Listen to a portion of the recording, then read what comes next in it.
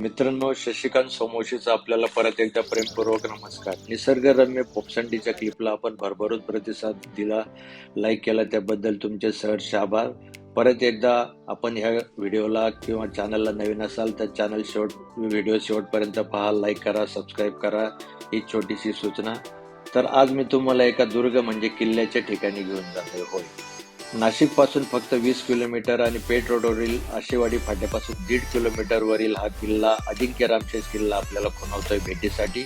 अजिंक्य ह्या नावामध्ये मराठ्यांची आपली शौर्यगाथा सामावलेली आहे. स्वराज्य संस्थापक शिवाजी महाराजांच्या निधनानंतर औरंगजेबाने बऱ्हाणपूरची लूट केल्यानंतर मोहरा वळवला तो महाराष्ट्राकडे. महाराजांची एक किल्ले काबीज करून महाराष्ट्र खिळखिळा करायचा त्यांनी मनसुबा रचला आणि त्यासाठी सर्वप्रथम त्याने निवड केली ती सोप्या अशा रामशेष किल्ल्याची आणि त्यासाठी त्याने त्याच्यावर नेमणूक केली ती आपल्या पराक्रमी शहाबुद्दीन या सरदाराची. एप्रिल 1682 मध्ये शहाबुद्दीनने ह्या किल्ल्याला वेढा दिला आणि औरंगजेबाला आश्वस्त केलं की मी दुपारपर्यंत म्हणजे 6 तासामध्ये जेवणाच्या वेळेपर्यंत हा किल्ला ताब्यात घेऊन तुम्हाला निरोप देतोय. परंतु कसलं काय, खालीच असे मित्रांनो आपल्याला वरती काय काय पाहायचंय त्याचे फलक लावले आहेत आणि किल्ल्याचा नकाशा सुद्धा लावलाय. समुद्र सपाटीपासून 3200 फूट उंचीवर असलेला किल्ला. मावळ्यांनी 6 वर्ष हा किल्ला लढवला, पण आपण 6 तासामध्ये ह्या किल्ल्याची पूर्ण सहल करून परत नाशिकमध्ये स्थळी पोहोचू शकतो. आपण नाशिकमध्ये जर येत असाल आणि सिंहस्थामध्ये जर आपली भेट असेल तर नक्कीच आपल्या कार्यक्रमामध्ये या किल्ल्याचा समावेश करा. पहा, आम्ही 20 मावळे निघालो होतो आणि कसे चढतायत आमचे ज्येष्ठ मावळे. आम्ही जुलैच्या शेवटच्या आठवड्यामध्ये गेलो तर हा बाजूचा निसर्ग आपल्याला भुरळ घातल्याशिवाय राहणार नाही. धरणी मातेने पूर्णतः आपलं नवं रूप आणि हिरवागार शालू पांघरलाय. आपल्या आगमनाची जणू वाट पाहते असा काहीसा हा बाजूचा निसर्ग दिसतोय. जवळच मोरांचे सुद्धा आवाज येत होतोय.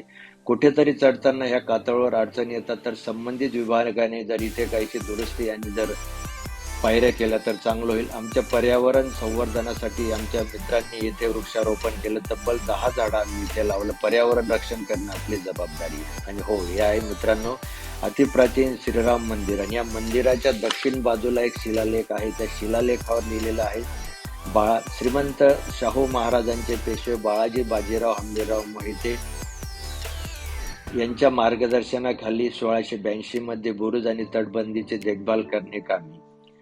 असा हा वरचा नयनरम्य परिसर आणि हे आहे मित्रांनो सुंदर स्वच्छ पिण्याच्या पाण्याचं टाकं. 4 फूट रुंद आणि 8 ते 10 फूट लांबीचं. परंतु त्या पाण्याचं पावित्र्य आणि स्वच्छता आपण टिकवायची आहे.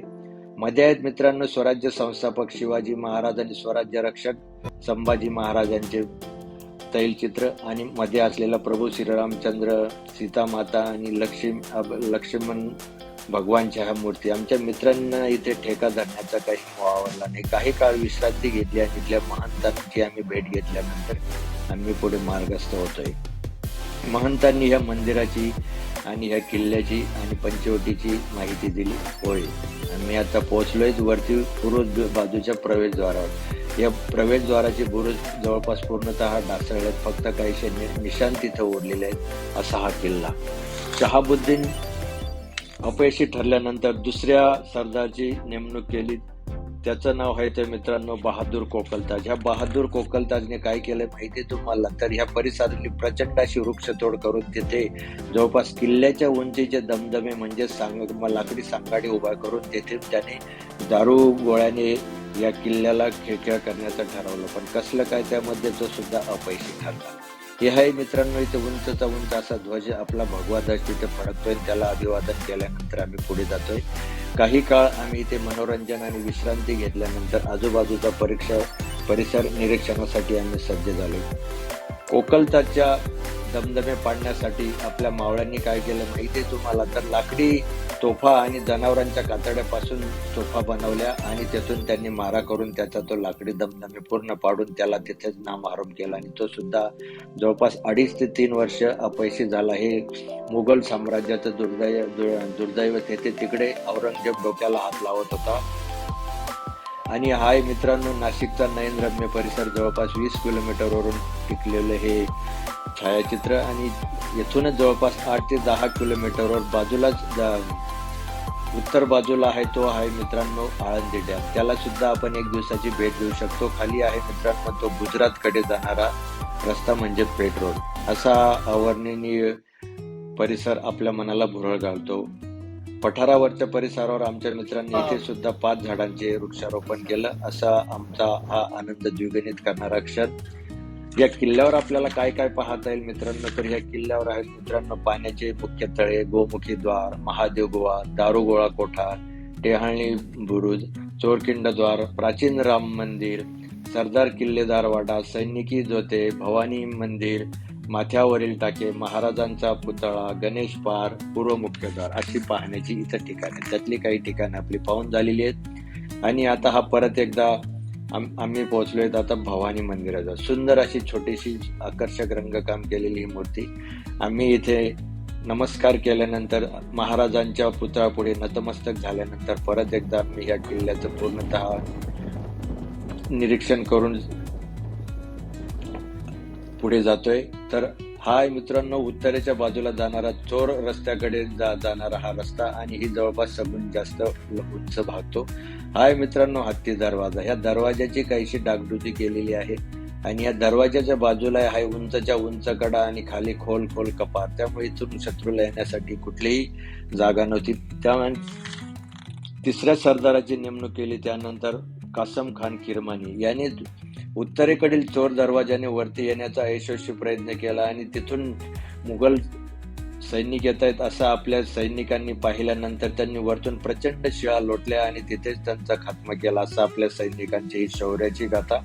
ही आहेत मित्रांनो पाण्याची टाकी. कशी आहे त्याची घडण आणि संरचना. एक टाके भरल्यानंतर दुसऱ्या टाक्यामध्ये पाणी जातं असं हे टाक्यांचा आपला हा रचना. हा आहे मित्रांनो किल्लेदार वाडा. इथून फक्त 500 मावळ्यांनी जवळपास तब्बल 6 वर्ष हा किल्ला लढवला आहे. आणि अद्भुत कामगिरी. औरंगजेब सुद्धा म्हटला होता कैसे हे मराठे पत्थरों से लढते आहेत. हा उत्तरेकडे जाणारा चोर दरवाजाकडे जाणारा. तिकडून कासम खानने वरती येण्याचा यशस्वी प्रयत्न केला होता, परंतु आपल्या मावळ्यांनी तिथे खाली शिळा लोटल्यानंतर त्यांना तिथेच खात्मा केला. असा आपल्या हा किल्ल्याचा इतिहास. हा किल्ला शेवटी फंद फितुरीने मुघल साम्राज्यात गेला, तो भाग वेगळा. आम्ही खाली उतरण्यासाठी 50 मिनिटं लागले. असा हा किल्ल्याचा इतिहास. आपण हा व्हिडिओ शेवटपर्यंत पाहिला त्याबद्दल धन्यवाद. परत एकदा व्हिडिओला लाईक करा, शेअर करा, सबस्क्राईब करा. परत भेटूया पुढे नवनवीन क्लिपसाठी. जय हिंद, जय महाराष्ट्र.